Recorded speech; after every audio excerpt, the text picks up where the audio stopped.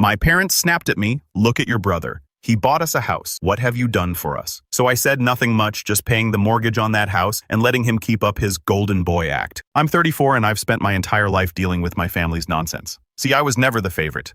That title has always belonged to my older brother, Ethan. Ethan could do no wrong in our parents' eyes. He got praised for every little thing. When he got average grades, they acted like he was the next Einstein. When he got his first job at some dead-end sales gig, they called him a business genius. Meanwhile, I could be acing my classes or landing scholarships, and all I'd get was a half-hearted, "That's nice, Jake, but did you hear Ethan got a promotion?" Now, don't get me wrong. I'm not bitter that my brother got attention. What bothers me is how he milked it for all it was worth. He figured out early that as long as he kept up the illusion of being successful, my parents would bend over backward to make sure he never struggled. And struggle, he did, just not in ways you'd expect. Ethan was never the hardworking type. He always had big ideas, but never followed through on any of them. He'd start a business and then let it crash. He'd move to a new city for an amazing opportunity and come back broke 6 months later. Every single time my parents bailed him out. If I ever needed help, crickets. Luckily, I didn't need it. I worked my rear end off, built a successful career, and now I'm in a really comfortable financial position. But you know what happens when you come from an entitled family and you finally make it? They start seeing you as their personal ATM. At first, it was small things. Mom and Dad would say, "Oh, Jake, since you're doing so well, could you help Ethan with rent this month?" Or Ethan would call me and drop hints like, "Man, I just need a little boost to get back on my feet." It's nothing to you, right? I shut that down fast. I have zero problem helping people who actually need it, but I refuse to fund Ethan's lifestyle. Every time I said no, they made me out to be the villain. "You're so selfish, Jake. Ethan's your brother. Don't you want him to succeed? You have more than enough money. What's a few thousand to you?" So I started distancing myself. I still saw them on holidays, but I stopped answering every call. I stopped engaging when they tried to guilt trip me, and for a while, things were quiet. Ethan still played the golden child, and I kept to myself. But then he did something so insane, so utterly ridiculous that I actually thought he was joking at first. And that's where the real story begins. A few months ago, out of nowhere, my parents called me. Not a text, not a guilt-trippy voicemail, an actual call, which was rare. I answered thinking something might be wrong, but instead my mom sounded giddy. "Jake, you won't believe it. Your brother just did something amazing." Now I've heard this script before. Ethan probably got a new job, or maybe he found an investor dumb enough to throw money at one of his failed business ideas. Either way, I knew exactly how this conversation would go. They'd hype him up, wait for me to say something supportive, and then eventually slip in a request for money. So I played along. "Oh, what did he do? He bought us a house." My mom practically squealed. "A beautiful, brand new house in a gated community. He surprised us with the keys today." I'll be honest, this caught me off guard. Ethan buying a house. This guy never had more than a few $100s in his bank account at any given time.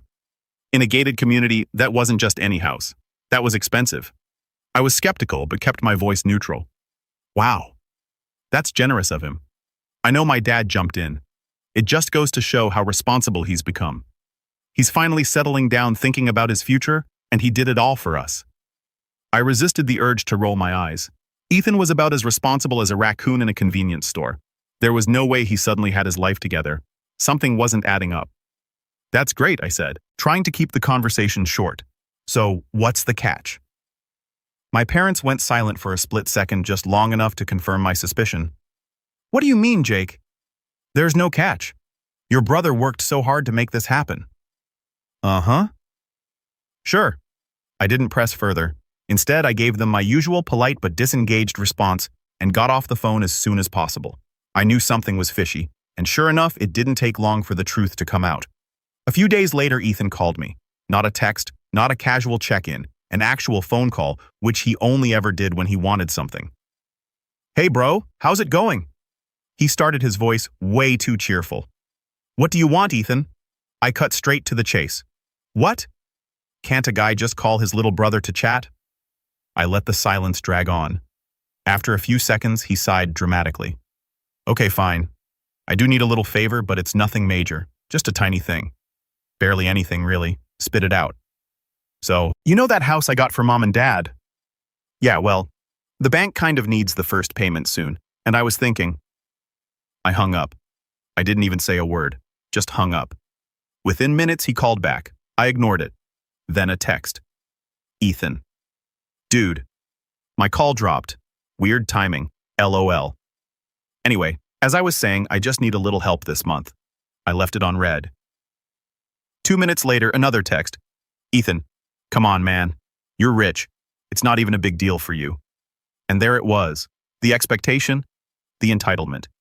Ethan once again assuming my success meant I owed him something. I finally replied, you bought a house you can't afford and expected me to cover it. Ethan replied, dude, it's not like that. I totally have it under control. I just need a little boost this month. After that, I'll be fine. Right, because Ethan was totally known for his financial responsibility. I replied, not my problem. That should have been the end of it, but Ethan wasn't giving up that easily. The next morning, I woke up to 3 missed calls from Mom and a long, guilt-ridden text.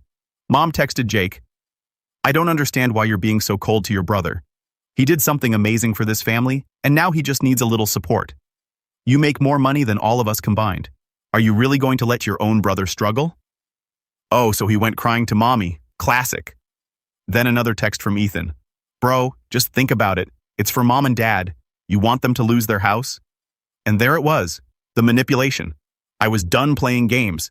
Ethan was trying to guilt me into financing a luxury house so he could keep up his golden child act. The house was in his name, his responsibility, yet he somehow thought I'd step in and save the day. Not happening. I decided it was time to dig a little deeper. So I did something Ethan never expected. I called the bank. I won't spoil what I found out just yet, but let's just say Ethan was in way deeper than he was letting on. And when I confronted him about it, that's when the real chaos started. I called the bank the next day early in the morning, before Ethan had a chance to try anything else. I didn't even tell him what I was doing. I wanted to know everything without him getting a chance to cover his tracks. I gave them the house's address, explained who I was, and asked if I could get some details about the payments for the property. The person on the other end was nice enough, but when I asked for specifics, I could tell something was off. Well, we can't provide specific account details, sir, due to privacy policies. I'm not asking for his account number, I interrupted, cutting her off before she could go into the spiel. I just need to know the payment schedule and if there are any issues with payments. There was a pause. Well, I can confirm the first payment is due next week, and it's a significant amount, sir. The loan was processed with a sizable interest rate and required a hefty down payment, which Ethan handled. However, there are some concerns about the second payment. I felt my heart drop. This wasn't just a simple loan. This was a bad idea dressed up like success. What kind of concerns? I asked, my voice tight. Well, I'm afraid there's an issue with the credit history he submitted for the loan. It doesn't seem to match the usual criteria for this type of property, and as a result, we've sent him multiple reminders regarding his upcoming payment. I sat back in my chair, running my hand over my face. So Ethan had gotten the house, but now he was completely in over his head.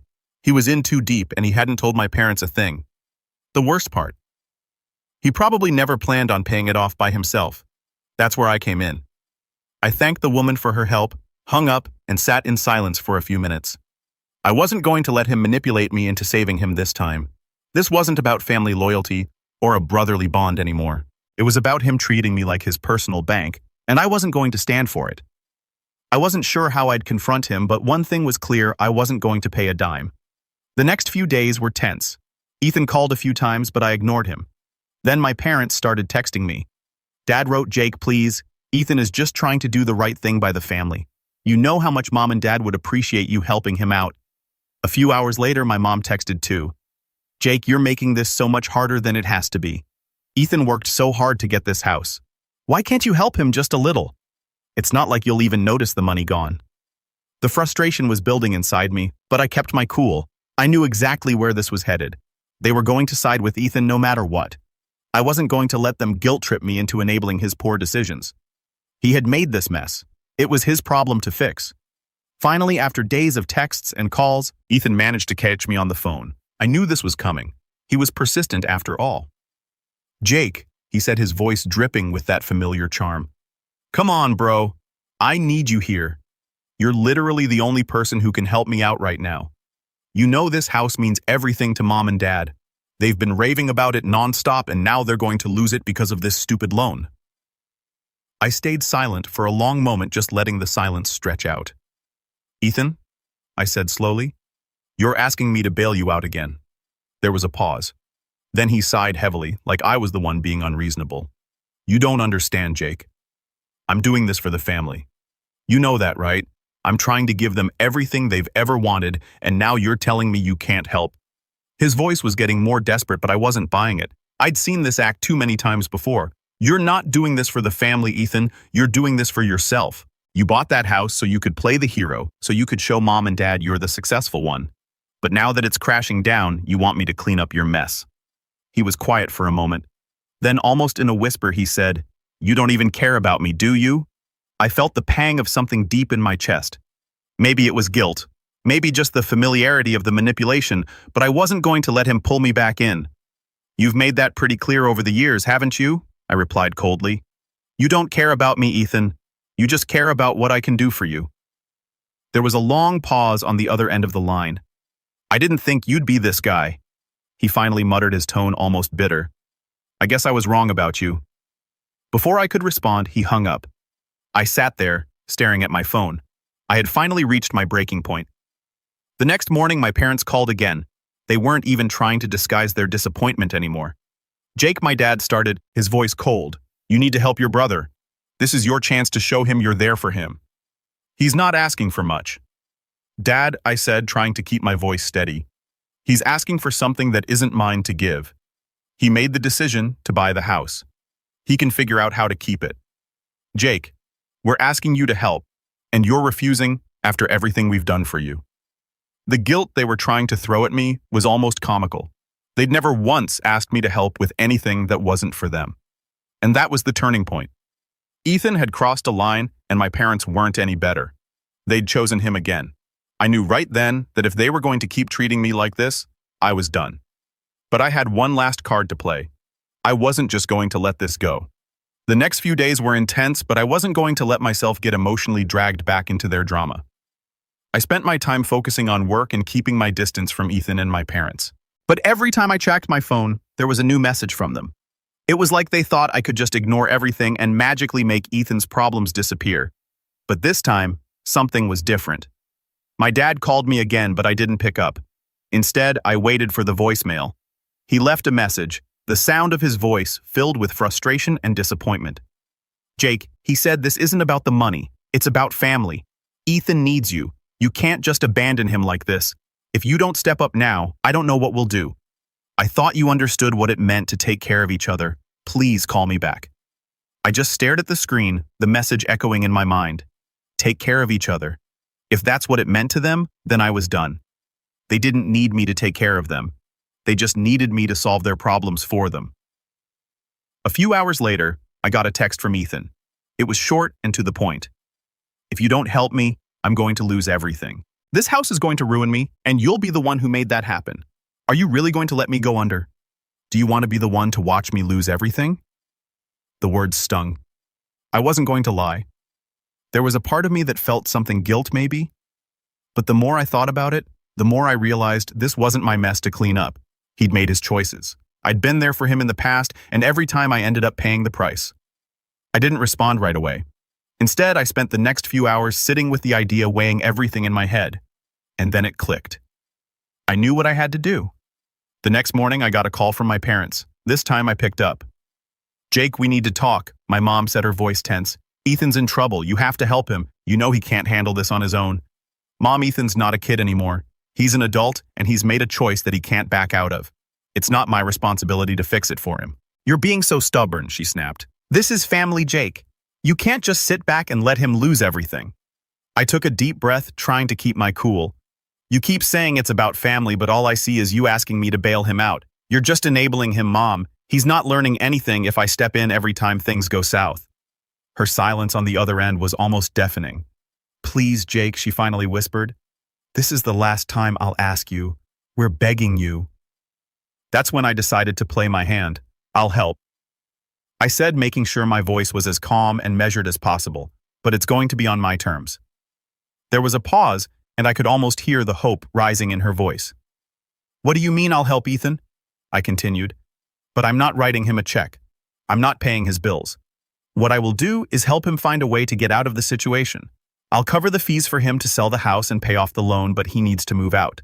And I'm going to make sure he understands that if he ever pulls something like this again, I'm done." There was a long silence on the other end of the phone. I could tell she was processing what I said. She clearly didn't like it, but I wasn't going to let them push me into a corner again. I wasn't going to let Ethan's poor decisions dictate my life. Finally, my mom spoke again, but her voice was trembling. Now you're really going to make him do that? Yeah, I said, because he's not going to learn anything if we keep enabling him. This isn't the way to handle things, and I'm not going to be part of it anymore. There was a long pause, and then she hung up. I thought that would be the end of it, but of course Ethan wasn't going to let go that easily. A few hours later, I got another text from him. It was short, but the desperation in it was unmistakable. You're really doing this. You're going to make me lose everything. You're going to ruin my life over this. If you don't help me, you're not my brother anymore. I ignored his message. This wasn't my responsibility. A few days passed without hearing from anyone in my family. I thought maybe they'd finally accepted the decision I'd made. I was wrong. It all came to a head when my mom called me again. This time there was no pretense, no niceties. She was furious and her voice was tight with anger as she spoke. Jake, how could you do this to him? How could you stand by and watch him lose everything? Her words were sharp, each one cutting deeper than the last. I don't know what's gotten into you, but this isn't the son I raised. He's your brother. Don't you care about him? I didn't respond right away. Part of me wanted to shout at her to tell her exactly why I was doing what I was doing, but I forced myself to stay calm. It wasn't the first time she'd reacted like this, and I had learned long ago that getting into a shouting match with her only made things worse. I do care about him, Mom, but caring about him doesn't mean I should throw away my own future to fix his mistakes. He's an adult. He needs to take responsibility for his life. I've been there for him over and over again, and I'm done. If he's not willing to learn from his mistakes, then that's on him. There was a long pause on the other end. When she spoke again, her voice was low, almost like she was trying to hold back tears. You're really going to let him fall, aren't you? After everything we've done for you, after everything we've given you, you're going to abandon us like this? I felt a bitter laugh bubble up in my throat, but I kept it inside. You've given me everything. Mom, you've given me a lifetime of enabling your son's bad decisions. You've taught me to pick up the pieces when he's too careless to do it himself, and you expect me to keep doing it. I'm done being the bank, Mom. I'm done. I could hear her take a shaky breath on the other end. We've always been a family, Jake. You're breaking it apart. Maybe it's already broken, I replied, the words coming out sharper than I intended. Maybe it's been broken for a long time and I've just been too blind to see it.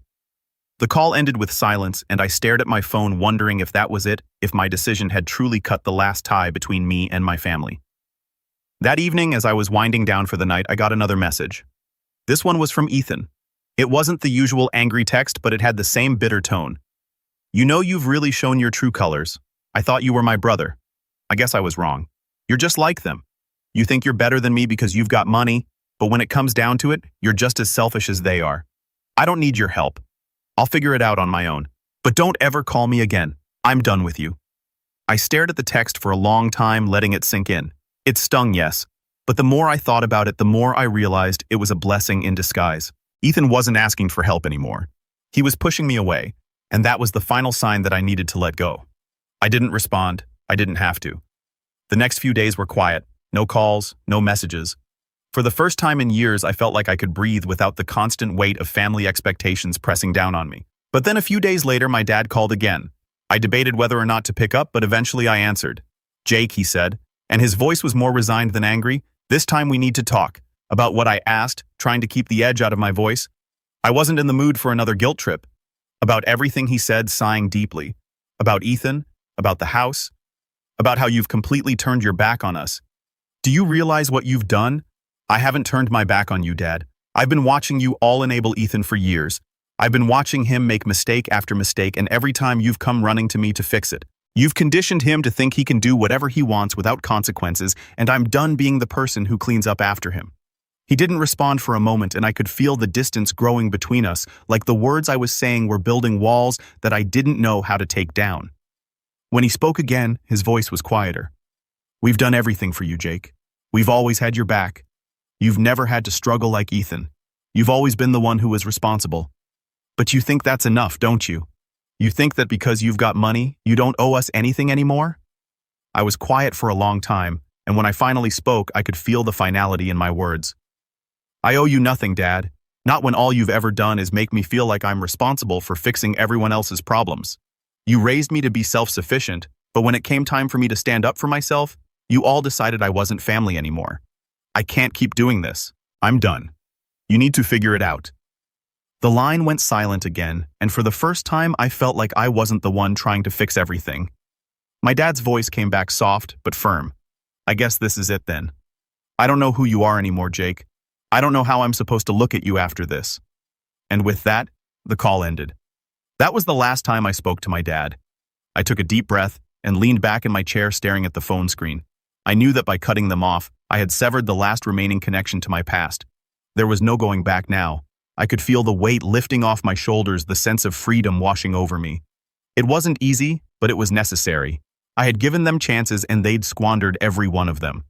It was time for me to finally live my life free from the constant pull of my family's expectations. I didn't need to keep fixing their mistakes. I had my own life to live now, and it was going to be on my terms. No more guilt. No more obligation. And as for Ethan, well, I didn't know what his future held, but it wasn't my problem anymore. He would have to figure it out on his own, just like I had to. I had made my choice, and for the first time in a long time, I felt peace.